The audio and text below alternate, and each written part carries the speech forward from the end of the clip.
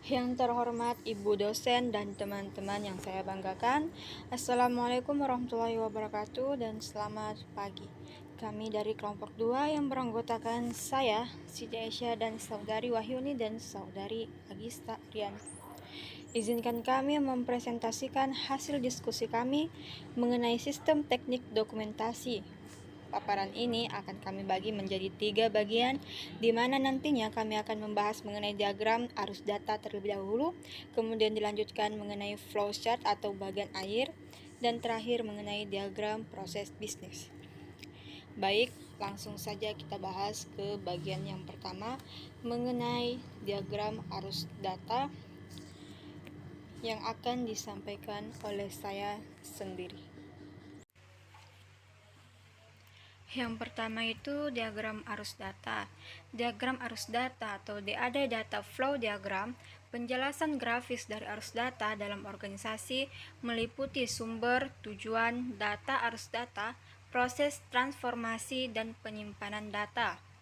Yang pertama itu sumber data atau udara source adalah entitas yang menghasilkan atau mengirimkan data yang dimasukkan ke dalam sistem. Yang kedua, tujuan data atau data destination adalah entitas yang menerima data yang dihasilkan oleh sistem. Yang ketiga, arus data atau data flow adalah pergerakan data di antara proses penyimpanan, sumber, dan tujuan. Yang keempat, proses adalah tindakan yang transformasikan data ke dalam data atau informasi lain. Yang kelima, penyimpanan data atau data store adalah tempat atau media penyimpanan data sistem. Berikut ini simbol diagram arus data.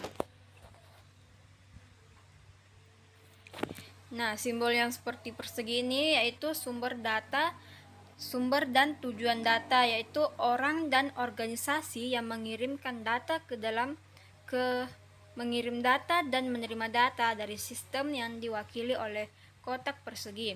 Tujuan juga disebut sebagai data sinks.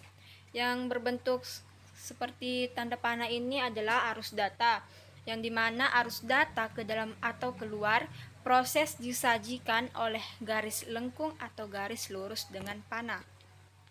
Yang berbentuk lingkaran ini adalah proses-proses transformasi, yaitu proses yang mentransformasikan data dari input ke output, diwakili oleh lingkaran, seringkali disebut sebagai gelembung atau bubbles.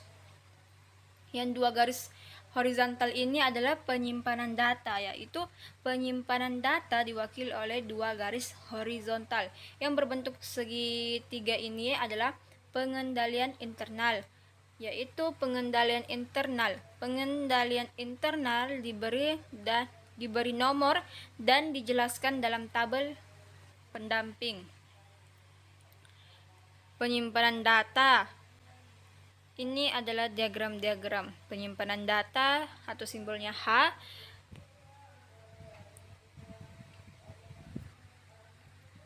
Sumber daya arus data B ke proses ke arus data ke proses ke data dan ke tujuan data, dan proses atau C ke arus data dibawa ke tujuan data.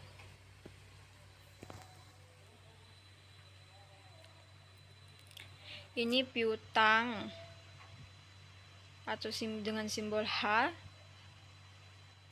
Pelanggan melalui pembayaran pelanggan ke proses pembayaran ke data pengiriman uang atau dengan simbol D ke pembaharui piutang dengan simbol F. Piutang H ke informasi piutang dengan simbol I dan ke manajer kredit. Proses pembayaran disimbol dengan C ke melewati deposito ke bank. Permintaan pelanggan atau dengan simbol L. Pelanggan ke melewati pembayaran pelanggan ke proses pembayaran. Diagram konteks atau konteks diagram adalah level DAD tertinggi, tinjauan level ringkasan sistem, menunjukkan sistem pengolahan data, input dan outputnya, dan sumber serta tujuannya. Berikut diagram konteks untuk pemrosesan pengkajian S dan S. Seperti ini ya.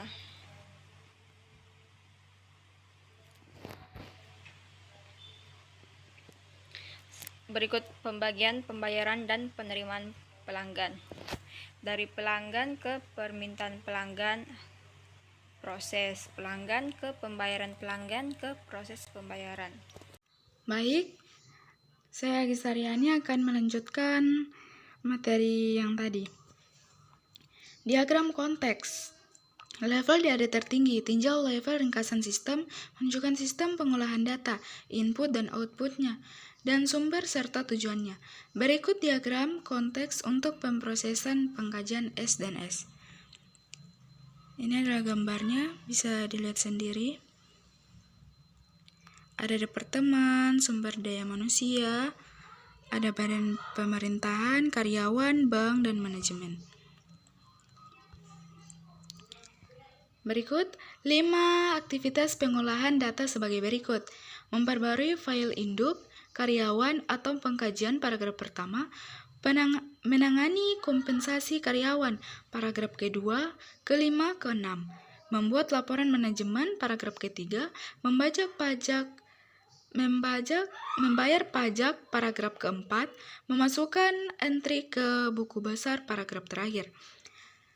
Adapun beberapa pedoman untuk menggambarkan DAD adalah memahami sistem, mengabaikan aspek tertentu, menentukan batasan sistem, mengembangkan diagram konteks, mengidentifikasi arus data, mengelompokkan arus data, mengidentifikasi proses transformasi, mengelompokkan proses transformasi, mengidentifikasi semua file atau penyimpanan data, mengidentifikasi semua sumber dan tujuan data, memberi nama semua elemen DAD, membagi atau subbagian DAD, berikan nomor yang berurutan pada setiap proses, menyempurnakan DAD, dan yang terakhir mempersiapkan salinan akhir.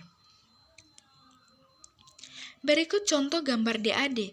DAD level 0 untuk pemrosesan pengkajian S dan S. Ini gambarnya.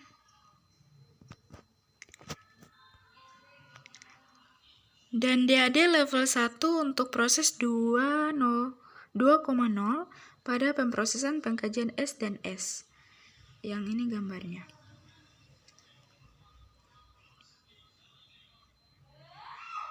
Baik, kita masuk pada bagian B. Flow chart atau bagan air. 1. Pengertian bagan air. Bagan air teknik analisis yang menggunakan seperangkat sistem standar untuk menjelaskan gambar beberapa aspek dari sistem informasi secara jelas, ringkas, dan logis. Bagan alir menggunakan seperangkat sistem simbol standar untuk menjelaskan gambaran prosedur pemrosesan transaksi yang digunakan oleh perusahaan dan arus data melalui sistem. Simbol-simbol tersebut diantaranya adalah sistem input atau output menunjukkan input ke atau output dari sistem. Sistem pemrosesan penunjukan pengolahan data baik secara elektronik atau dengan tangan. C. Simbol penyimpanan menunjukkan sistem data disimpan. D.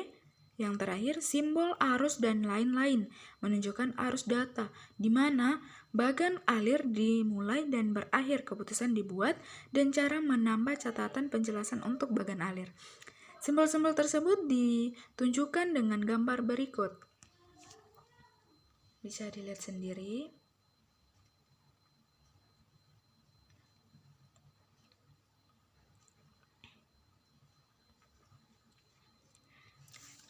Dua, jenis-jenis bagan alir. Bagan alir dokumen atau dokumen flowchart mengilustrasikan arus data dan dokumen di antara area-area pertanggungjawaban dalam organisasi. Bagan alir pengendalian internal control flowchart Bagan yang digunakan untuk menjelaskan, menganalisis, dan mengevaluasi pengendalian internal, termasuk mengidentifikasi kekuasaan, kelemahan, dan ketidakefisienan sistem. Berikut dokumen bagan alir pemrosesan pengkajian di S dan S. Baik, itu saja dari saya. Sekian. Baik, saya akan melanjutkan materi, yaitu beberapa pedoman untuk mempersiapkan bagan alir adalah: yang pertama, memahami sistem; yang kedua, mengidentifikasi entitas untuk dibuat bagan alir; yang ketiga, mengelola bagan alir; yang keempat, secara jelas memberi label semua simbol; yang kelima, konektor halaman; yang keenam, gambar sketsa kasar dalam bagan alir; yang ketujuh, gambarlah salinan final bagan alir.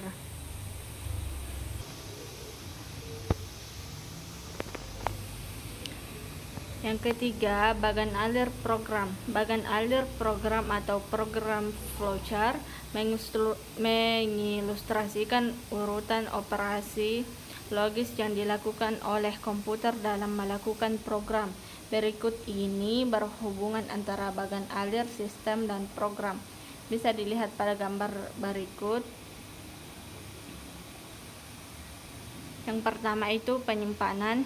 Terus bagan alir sistem yang pertama itu input, lalu ke proses, lalu ke output. Setelah itu, bagan alir program yang pertama memasukkan dan mengedit data input. Terus jika suatu kondisi dipenuhi, ya atau tidak, terus melakukan kalkulasi dan memperbarui catatan. Terus yang terakhir, database yang diperbarui.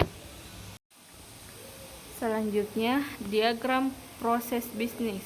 Diagram proses bisnis atau DPB, Business Process Diagram, cara visual untuk menjelaskan langkah-langkah untuk atau aktivitas yang berbeda dalam proses bisnis. Simbol-simbol diagram proses bisnis yaitu yang pertama, mulai. Bisa dilihat pada tabel berikut. Mulai atau permulaan proses diwakili oleh lingkaran kecil. Yang kedua, akhir. Akhir adalah proses dipresentasikan oleh lingkungan kecil bergaris tebal. Yang ketiga, aktivitas. Dalam proses diwakili oleh persegi yang sisinya tumpul. Penjelasan aktivitas ditempelkan dalam persegi. Yang keempat, keputusan yang dibuat selama proses diwakili oleh sebuah wajib.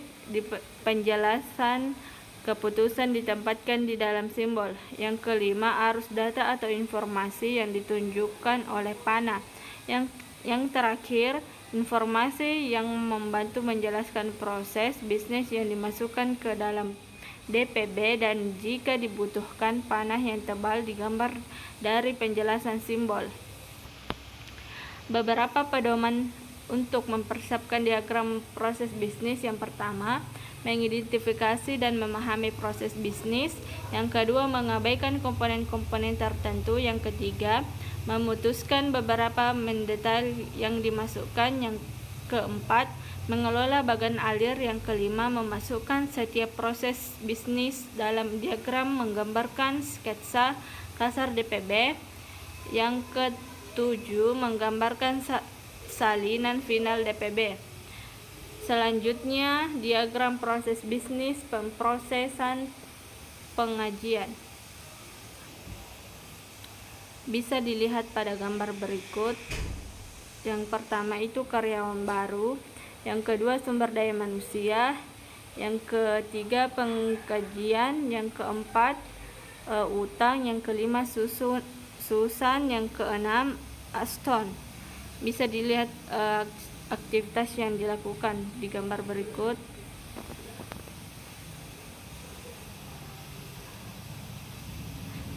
Selanjutnya, kesimpulannya itu diagram arus data atau DAD, data flow diagram, penjelasan grafis dari arus data dalam organisasi meliputi sumber atau tujuan data, arus data, proses transformasi dan penyimpanan data.